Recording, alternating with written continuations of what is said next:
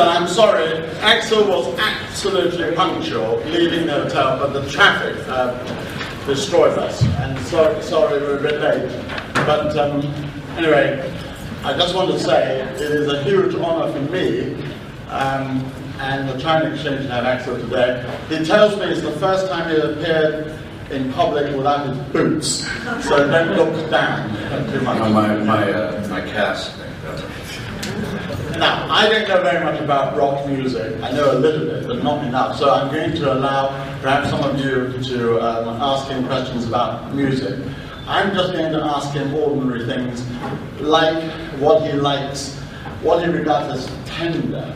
I mean, I have this image of you as not the gentlest man on earth.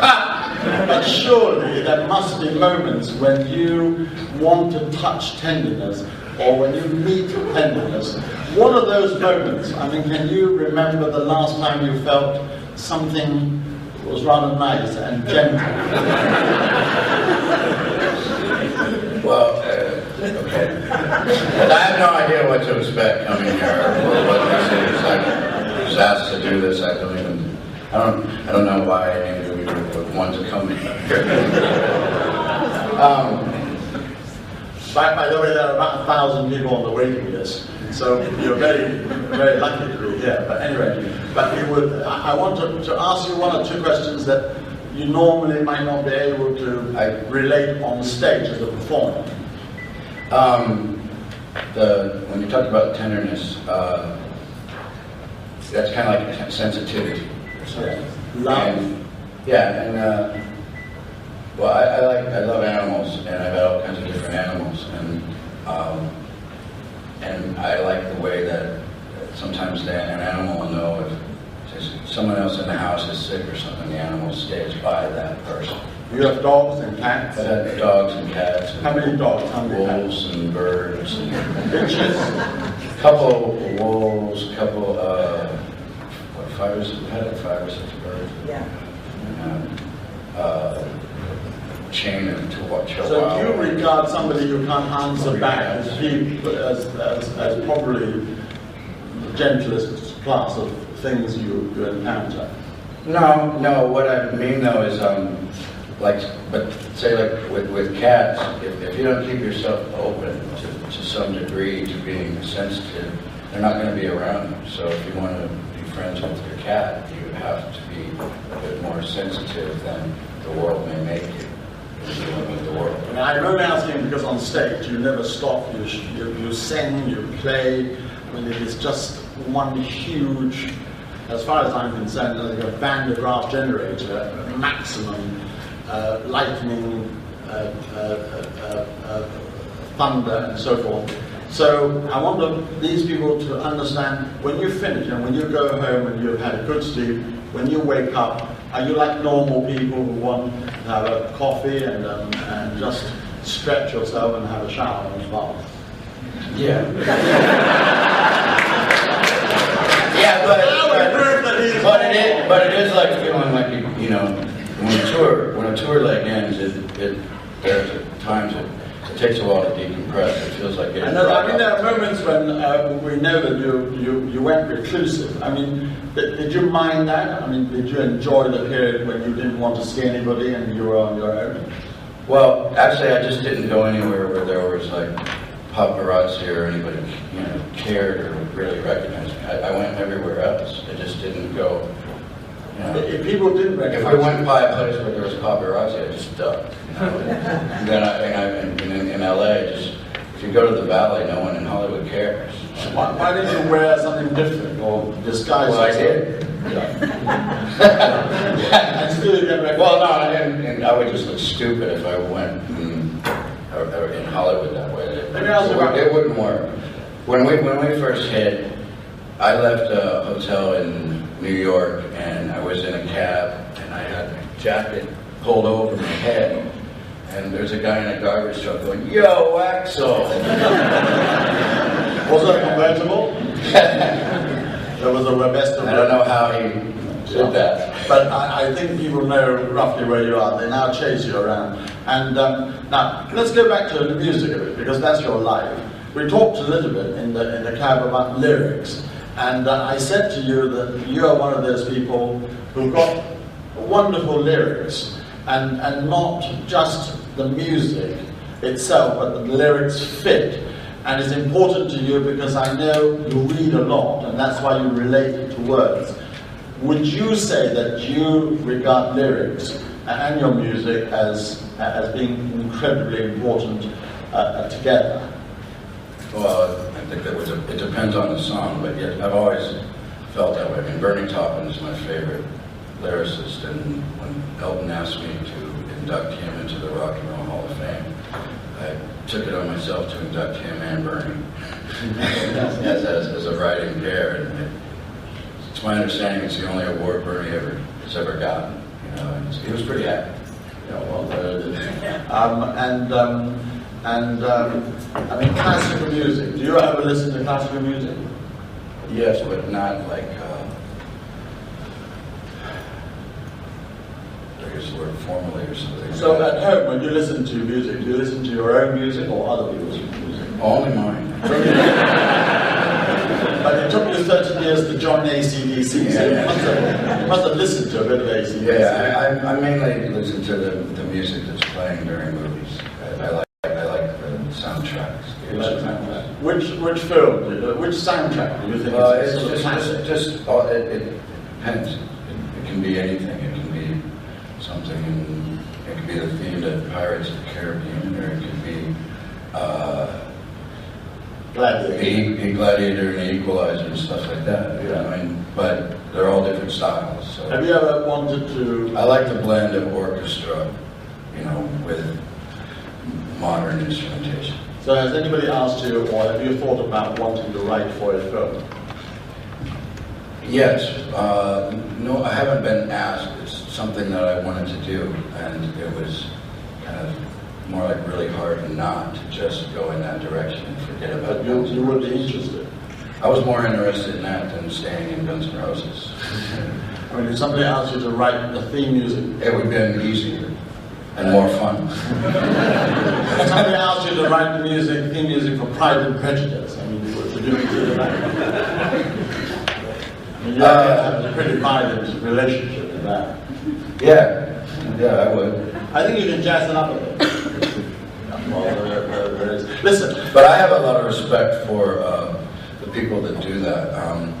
On Chinese Democracy, most of the orchestration on that is it's kind of like there's like 3 electronic orchestras and 2 real orchestras. One's Marco Beltrami, and one's Paul Buckmaster, who did a lot of Rolling Stones and Man Across the Water, Elton John stuff, and we blended all of those orchestras together. And it's like I did an electronic one, Chris Pittman and Dizzy Reed both did theirs. Then we would blend those, and we blended them with 2 real orchestras. So it's like a 500-piece orchestra. we love that big sound. songs. Yeah. We love that. But have you thought about bringing a couple of orchestras onto stage to perform live? Maybe for like a show or something. I mean, we did it years ago when we made the video for November Rain, but on a tour, not as of yet. No. And Chinese Democracy, that's, I heard, been banned in China. Well, I think that the foreign minister, it was something he said, it's like that people don't like that music because it's too loud. Yeah. And I'd love you to be able to go to China and meet the Minister of Culture. I think that would be... But my thing with China itself isn't about, you know, with the term Chinese democracy, it wasn't about trying to tell them to have a democracy or anything like that. I don't really have an opinion of what type of government they should have. My thing is that I went and stayed there for about 3 months, and everywhere I went, the people are so shielded from what's going on in the world. And if you stay in the hotels there and you're from Western societies, and you don't realize that the stuff you're seeing on TV, the average person isn't seeing. They're not seeing that version of CNN or whatever. But the biggest thing to me was that everywhere you went, people were scared. They're frightened for their lives to have an opinion that deviates from the government's about the simplest thing. I mean, things that we take for granted, you know, sitting in a car and going, somebody goes, oh, I don't like what Obama did today. If you said, oh, you know, I don't know about the Communist Party's doing your translator all of a sudden is terrified, for good reason. Yes, and that is a soft grain. I don't feel that. I feel that that's wrong. It's not right for anyone. Are there other countries who feel more or less the same kind of censorship and a sort of soft grain of terror? Yeah, well, I mean, I think that we know that with, say, with the Taliban or things like that, or every places in Africa, and you know, expressing your views in Egypt or Saudi Arabia. No, but I mean, but I do feel people should be free to have their opinions and develop their thoughts and to move forward rather than have someone just completely dictating. All right, well, look, listen. But speaking as a dictator. You love being a dictator. No. I'm sure you do. You always have it your way. When was the last time when you did not have it your way? Does anybody... Like 30 years ago, when the rest of the band was all on heroin, and they realized that this woman interviewing us for some tiny little rock magazine was more interested in interviewing them than me, as he said I was the, you know, like the Ayatollah, because I was the big enemy at the time. And then it's just stuck. Well, anyway, that's their loss, because we are the biggest star today. Now listen, we're immediately going to start some questions, but they've got to be intelligent, and if Axel doesn't want to answer it, you can go to hell, and that's about it. Now, who dares ask a question? All right, that's first hand at the back. That's a good question, okay? Otherwise it'll be passed over. Axel, how do you manage to keep your voice in check, and has it changed in the last 10 years, like what you do to keep it so good? I do a lot of vocal exercises, and actually on this particular tour, I brought my voice coach out with that. I hadn't worked with in like 20 years, but the Brian Johnson Back in Black stuff is really demanding, you know, and you sing it wrong and you might not be singing again, so. Thank you. All right, next one, in front. Who was going to ask a question? All right, go on. Yeah, go on. That man who looks like. Right, yeah. Hi there, big fan. Did you ever feel that your voice is obviously a natural fit for rock and that kind of genre, but did you ever feel that you want to branch out a bit more, maybe collaborate, maybe join a jazz band, who knows? I like Frank Sinatra, and I like a lot of Elvis. I like a lot of 70s Elvis though as well. So I like a lot of different styles of things. Yeah. I don't know about a jazz band. It would really just kind of depend on the song. You know, for a while, like with the Chinese, I was trying to get my voice a lot clearer, and I feel that like maybe fans didn't necessarily respond to that so much as well sometimes with shows and things, but I think it was very good for me to be even better at what I'm doing right now. Okay, let's have a couple of questions here. Yeah, go on. Hi, Axel. Are you... Shout it out. Sorry, are you making any new music at the minute? Are you working on new stuff? We are working on new stuff, but I don't know. Like I said a long time ago, I don't know if soon's the word. But Yeah. No, I got a lot of stuff together, and I've played some stuff for Slash and Duff, and they like it, and they might be on it. We don't know. That's been talked about. Angus and I are talking about working together, so we'll see. Have you ever thought of doing a solo album? Sort of like... No, not really. Unless it was, say, like instrumental soundtracks. So. Yeah. Cool. All right. Hi, Axel, how are you doing? Yeah, I just wondered, what do you think of Spotify? And, you know, do you think it's ruining the music industry? You know, what are your thoughts on it? I don't think it's ruining the music industry, but I feel like with YouTube And things like with Google and YouTube, that it's really changed things for the artists, and the government's just stepped out of the way.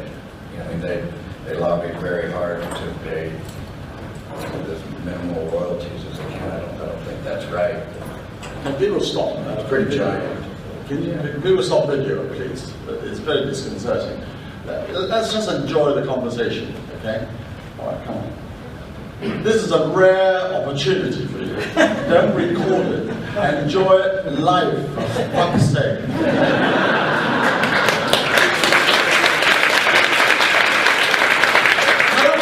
Going home watching your stupid video. Enjoy it now, as is, okay? Right, come on. No more fucking photographs and videos. It's fine. Very little joke. Are you sure you ought to be here? I like your sunglasses. You will grow up liking and loving. This moment you will always remember. Massive fan, by the way. Saw you on Saturday. Amazing. You have fun? Yeah. Is there any band, present, past, whatever, that you would like to perform with? To join?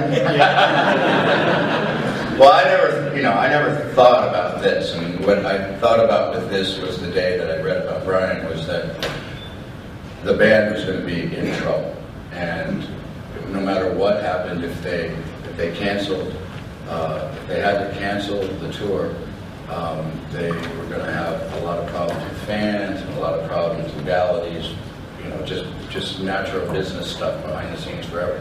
And then I thought, yeah, and if they postpone or whatever, then find someone else. Find someone else? Fuck that. So it was, but it's also that Angus is my biggest influence for moving around, and I wanted to help, and I just want to help him. Hi Axel, massive fan.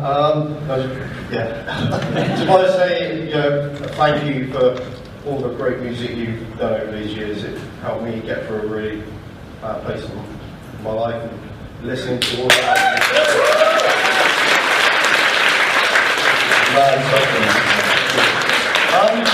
Very little bit of music, Every song has great meaning to me. Anyway. Do you remember the question? Yeah, sorry. Starstruck, sorry. How do you see yourself as now, as in yourself and as a person, and how you saw yourself back then? Because back in the day, obviously, how the media portrayed you and stuff we've seen, you're very raucous, very aggressive, and now how I see you now, and how you have been over recent times, you seem more open, you seem more relaxed, more in a better place. Well, part of that then also was just being young and part wild, and part of it to be rock and roll. But when we would go to MTV, they'd ask us to tear their set apart, so, stuff like that. And then there was this everything that was said, and England's one of the craziest places for that, because the media here would just write anything to promote you in a way. They said I ran over my dogs and I ate them.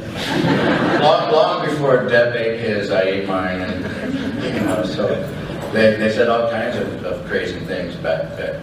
You feel better? And then after it was successful, then it was like a backlash that was just never really got out of. Do you feel in a better place now that you're all good with your former band members, or current band members now, like Slash and that? Yeah, we're getting along really good and stuff. Like they came to the HBC show. So. I've seen the footage.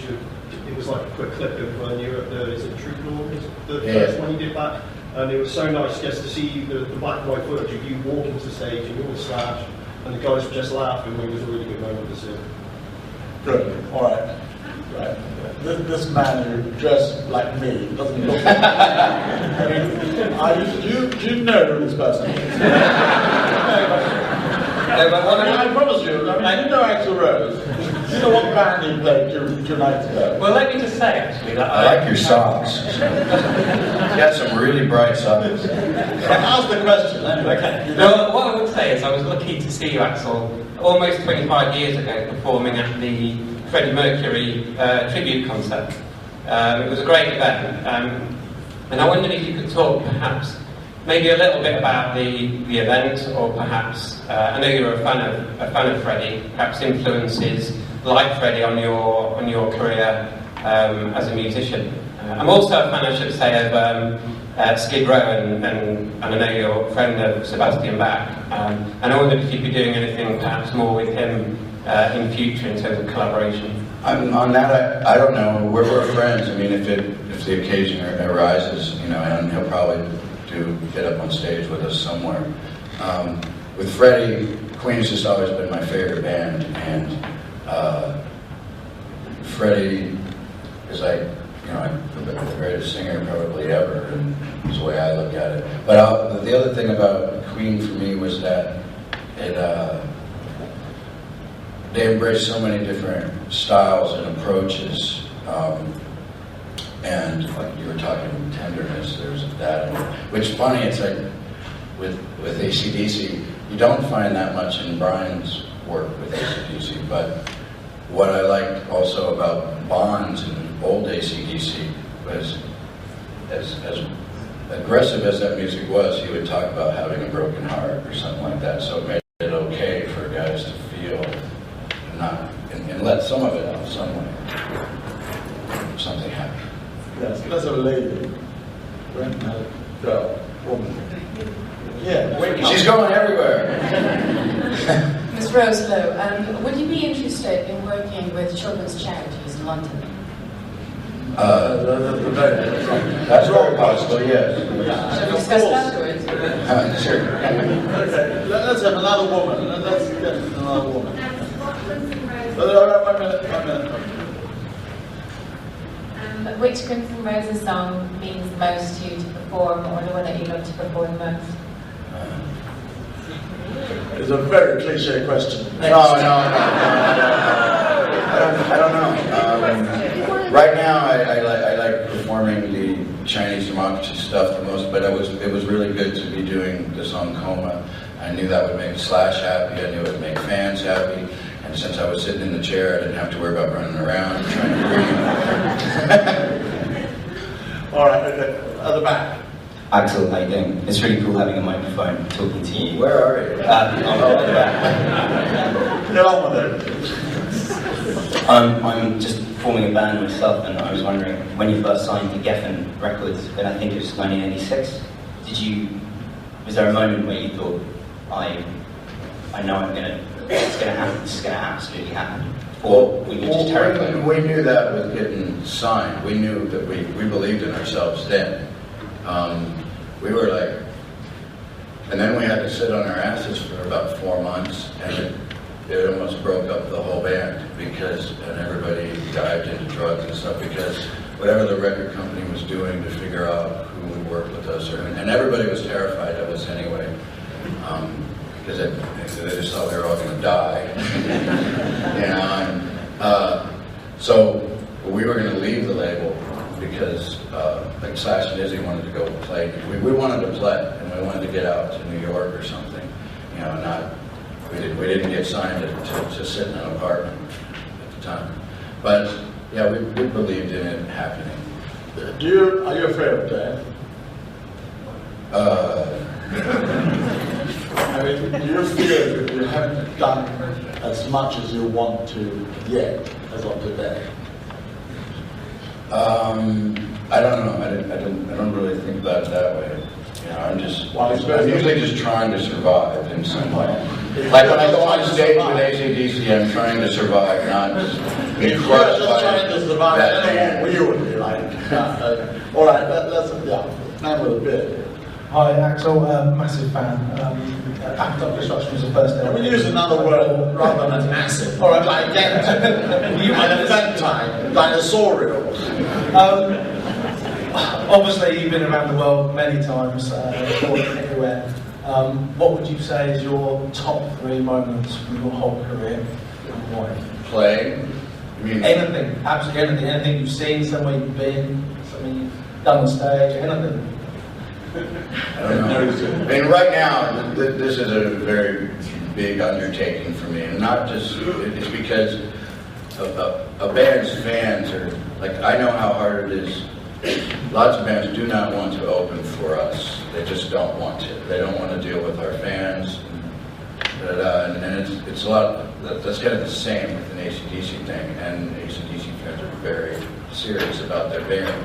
So that was kind of the biggest thing, was even if I sang the songs right, it's finding whatever in you that's strong enough to deal with that energy of that crowd.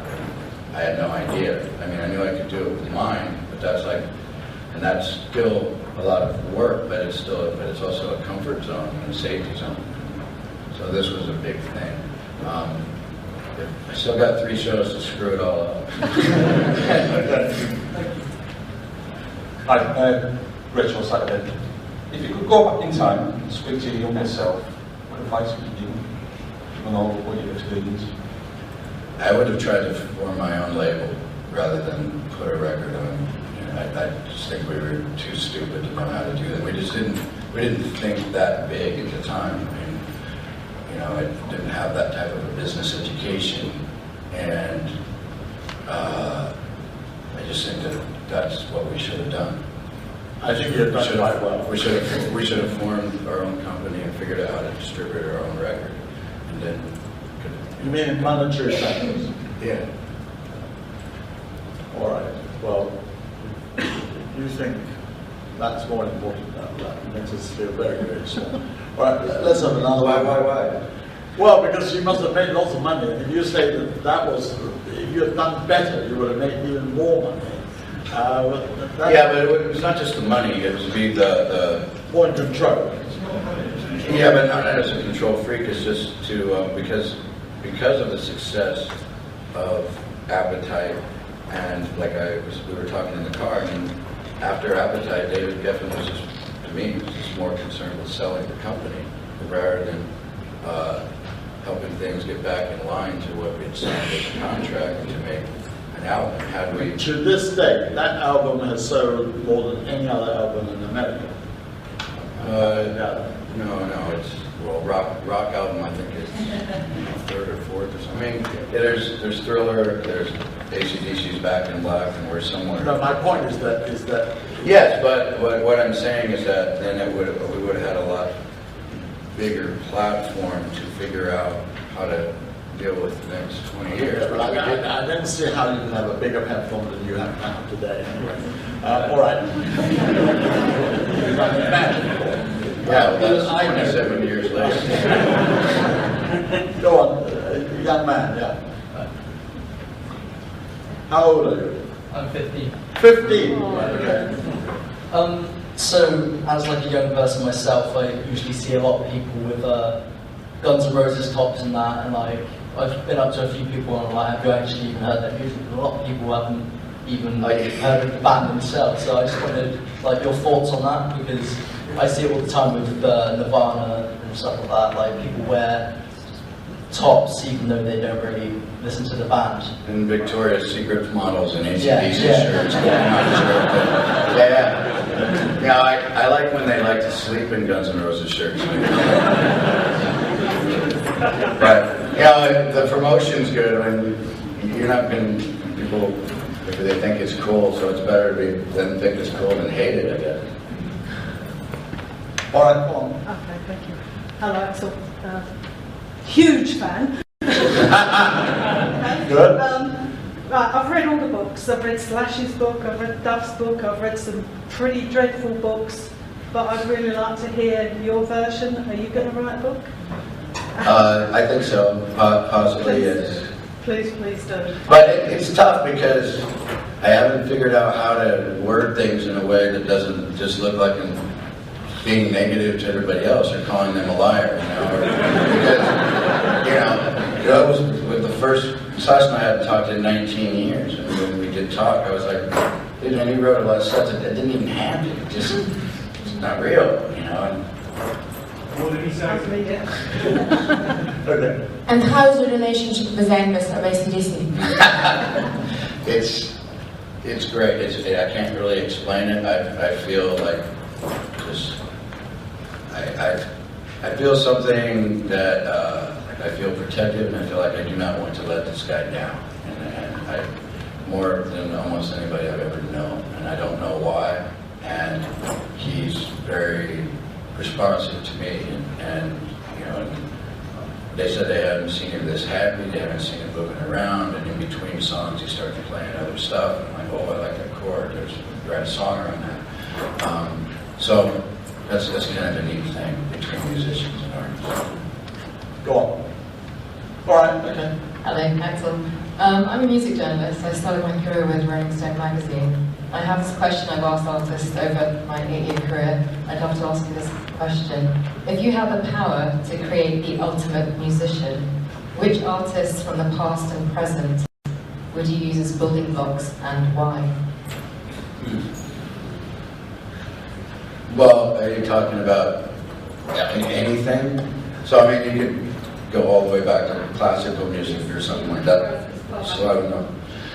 I think it's probably, obviously there's like Elvis, but the Beatles, whatever the Beatles did, like you can hate the Beatles, like you know, there's always people, who do you like, the Beatles or the Stones, you know, or you can like both, but there's also the ones that pit one against the other. But though the Stones were influenced by a lot of other things, because of all the things the Beatles were doing, it helped push the Stones to become the Stones. And to me, the Beatles are like some catalyst that made everybody else realize it was okay to try all these other things and to work on all these different sounds because of how many different ways and places the Beatles went. So I don't know. I mean, that's 4 people, not one, or actually 5 if you. George Martin, you know, and so if you put all that together, so maybe that and Elvis and Beethoven. Hi, I was fortunate enough to be in Vegas for the first night reading, and what seemed to work really well, I think, for the reviews articles, chemistry with the band was it's pretty amazing. Really. How did that come about? How did you go from such a difficult place to such great chemistry live? I'm a big fan of our previous lineup before getting back with Slash and Duff, and we did a lot of work with that and with our drummer Frank and Dizzy and Richard, and you know, to Slash's credit, what I got to say is he and Duff, like Duff had played with the last lineup a few shows and came in and played the way we did the songs, and then going into getting ready for Vegas and Coachella, they all chose to they just worked very hard, and Duff and Slash came in and worked very hard with Frank on the rhythm, because that's how they like to work with the drummer, and the drummer having a relationship with Richard, that just worked really good. They liked Richard, everybody liked each other. I didn't have to tell Slash anything about embracing the, working on the Chinese democracy songs or how to play them. He just embraced them and worked really hard. And I had no idea how they were going to sound. I never heard him play certain ways. In the last times we talked, he was saying, I don't want to work that hard, da-da-da. So for him to take on Buckethead or Bumblehead's part, Bumblehead, Buckethead and Bumblefoot's parts, and just step to it on his own and work at it and like it and enjoy it, that helped a lot. And so they worked really good in the rehearsals together. Sat in on it. All right. That boy, yeah. Hi, Axel. Colossal fan. Come on. Yeah, words. I'd like to know, as a musician who's not really doing quite as well as you, my band's name. Good luck. Thanks. I'd like to know what you think is the difference between audiences of modern day and like when you started. like enthusiasm and like what they do at the gigs and that sort of thing? Well, do you mean at other people's No, shows? at yours, or- you know, just no, well, I would say definitely that's in a good sense, and for years now. You know, when we were opening for bigger bands, and then when we first started headlining, it's like, you know, you didn't have everybody videoing and stuff like that. I don't think anybody knows how violent it was. No, it was really violent in the crowd. I mean, I don't think it was as bad as when Woodstock with Limp Bizkit and Nine Inch Nails or whatever got really out of hand. But I mean, there were shows where there would be a wheelchair coming on stage because they're standing on somebody that fell out of it, you know, and you have to stop the show. It's like I got a lot of grief for stopping the shows for no reason, and that was media just somebody being, however they, when I say media is somebody writing and for somebody else, and they're protected by that company and whatever, and saying whatever they want, whether it's true or not.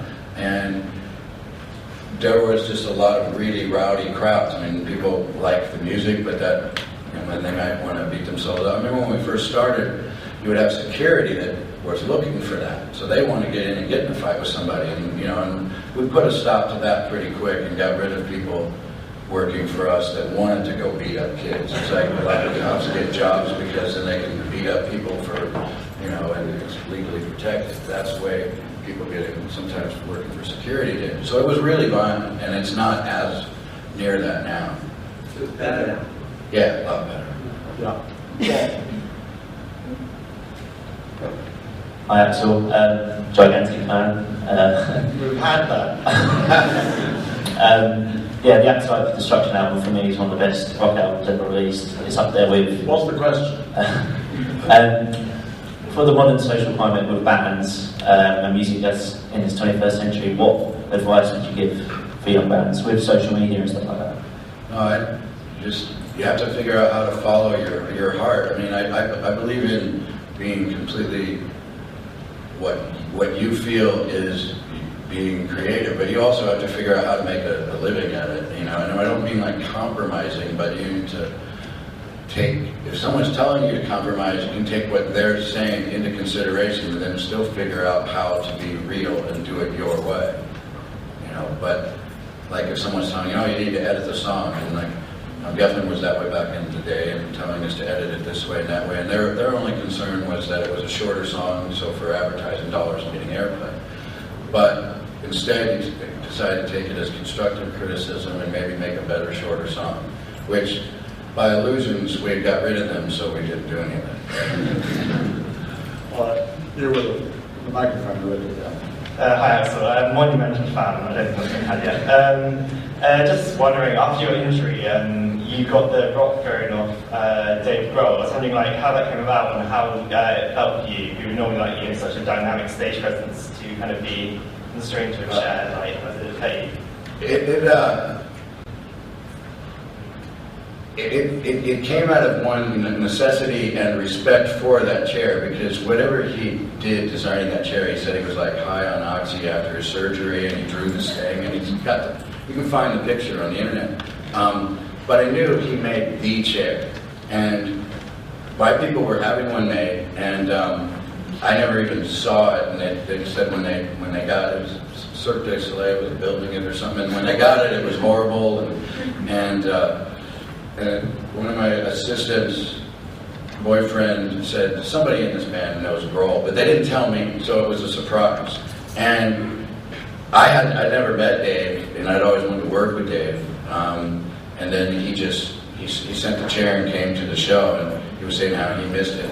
In the chair, at first it's really strange, and you have to figuring out how you're doing something, but then people apparently liked however I was moving in it. I never felt like I was moving enough, but you do start to get used to it. I had to make myself get out of it with AC/DC. They didn't tell me to, but I made myself get out of that chair. But because you start feeling, as Angus says, a little bit too comfy, because it's like it becomes a safety zone rather than having to get out there and to face the people in another way.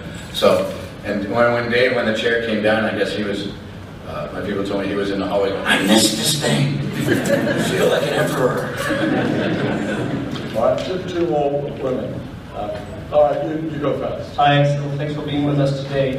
One question I have is, for the future, is there any subject that you haven't touched on in your lyrics and in your music that you would like to express towards fans in the world still? So be it, emotional or justice or something like that. I haven't really given that in any thought. I mean, I think it's all kind of like right in the back of your head about how you're going to attack the next songs and stuff. And so part of me feels like I'm happy that I didn't write things a year ago to something, because I feel like what I'm going to go at it with now is to be stronger. Yeah, so ginormous, have you heard that? No, it's good. Ginormous. Yeah, that's the best one. I just wanted to ask, now that you're touring again in the States with Guns N' Roses, are there any plans to come to the UK or extend it to Europe? Yeah, absolutely. I hope to keep this going for quite a while. It just really, we're right now, it's all good. I mean, obviously that could just explode. But no, everything actually is good between everybody. So as long as we can keep it going, we'll probably love it. Hello, Axel. Such an honour to have you here. Thank you so much. Tremendous fan, but probably not as much as somebody who I wish was in this room tonight. Someone I grew up with changed overnight because of the music that you and Guns N' Roses came out with. We were 13 at the time. He just changed everything. He became a musician because of you. He was a massive Guns N' Roses fan, but sadly, 14 years ago, he passed away. So he would be asking me if he were here, or if you were here, he'd be asking you, what's on your bucket list? My bucket list. I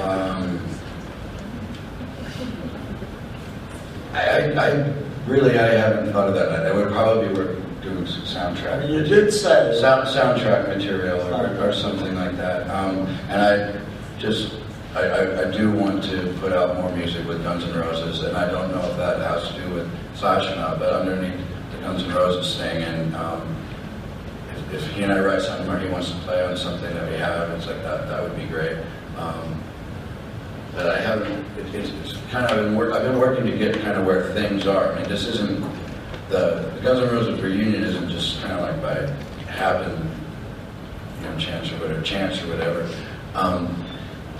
It was always looked at as a possibility, but it just never seemed right or felt right. But also just in your personal life, not necessarily musically, is there something that you're jumping emotional?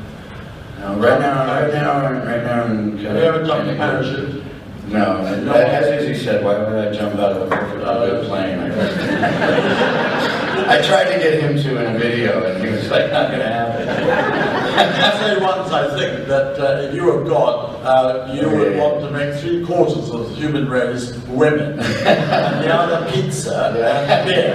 So, it's just something dumb to say on stage, that's all. That would be perfect well for you. Yeah, it'd be pretty good. And Netflix, as long as we got Netflix. Well, we're coming to the end, so 3 or 4 very quick questions. Right, you. Hi, Axel. You're a legend in your own lifetime. In my opinion. We know that. I was just wondering, what's your recipe for a song, a good song? Do you compose on by yourself on the piano, or is it a collective thing with Well, your band? we were talking about that on the way. I feel that I've been most successful if I start with lyrics and melody first. That doesn't mean always. I mean, Coma, I wrote that to the music. But I can do that. But I feel like after Appetite, I haven't really ever found a way to be back in the position of writing lyrics and melody first. It's usually the other way around. And I would say that's not necessarily from other people after Old Guns or the Appetite Illusions lineup broke up, because I would say that was more from me being in a weaker state. So I worked with artists to work on getting the music really instrumental stuff strong first, and then try to put the lyrics in me to rise to that. But I think for me it's better if I'm putting unless I'm intentionally writing an instrumental, it would be lyrics and melody first. Okay, now we're going to have one last question, and it's got to be a brilliant question. Okay? Now, a lot of pressure now. You don't look very. We got some competitors. You want to really, and you've asked the question earlier. Now that lady, because we always have ladies first, you look quite sophisticated. Come on, you asked the question. He thought it was not his. brilliant. He really thought it was his. Yeah. Hi, I saw you on Saturday, you were amazing. You got an AC/DC shirt? I have. Show everybody. The music industry is going through a pretty tricky time, and obviously different artists seem to be dealing with it in different ways. So you've got Radiohead that are self-releasing things, and then you have people like Morrissey that really wants to have belong to a label and have that security. Where do you stand on that, and also where do you see the music industry sort of going in the future business-wise? Well, to me, in the late 90s to now, it's like the heads of record companies realized, and it's not just my opinion, they've said it to me. It's like I tell people, I don't get in fights with people that are in the music industry. I get in fights with people that are the music industry. And they realize that for their business, why deal with a band? You know, all they need is a star and a producer. Somebody they feel is a star and a producer. And if they don't even care who writes what, how it writes, you know, or what it sounds like. It doesn't matter. They could be a genuine fan of music, say the record company owner, president, whatever. But when it comes to their business, it doesn't have anything to do with that. It just has to do with what's going to be the easiest, what's going to make the most money and make their company and the shareholders happy and stuff like that. Which I can respect that in a sense, but as an artist and a musician and working with bands, it doesn't help me, you know, at all. And I don't think it helps. Music, and it doesn't help the bands become self-sufficient and successful. They got to work a lot harder because the labels are more worried about them making the money. It's really sad. Listen, yes, it is, but don't worry. The artists always. Now the pressures are me now. No, listen. I want to say it is a huge honor for Axel to come here today, and I want you all please to respect this last hour, and as I said, just to enjoy yourself. Please don't try to imagine that this is just a private gathering and that you don't, you know, start writing things publicly about it. Of course you can talk about. I didn't have anything to do with it. And when Axel leaves, please either stay behind because I've got another man coming who is, and it shows you the diversity you're trying to exchange. Here we have Axel Rose. In 10 minutes' time, we've got Nicholas Soames, who's the grandson of Winston Churchill, coming to speak about something else.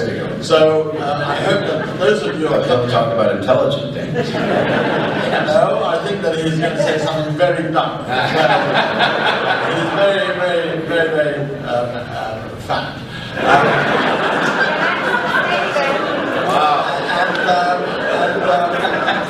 And those of you who come in the first time, please come back.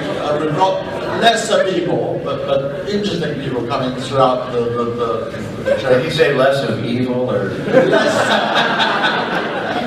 More evil, perhaps. I mean, the point is that you are everything you see. A lot of people are a lot of what you don't see. Those are the monsters and the demons. But listen, I don't want there to be another crush for, you know, middle class behavior like selfies. Okay, so please try to restrain yourself. When I finish in 1 minute, I'm going to ask. We got like attacked outside, so. And I don't want Axel to feel that this is just another mob. So in 1 minute, I'm going to ask his friends and his entourage to leave in relative non-rock star style. And please, just... I'll sign the script. I'll do whatever people want to do. Are you sure?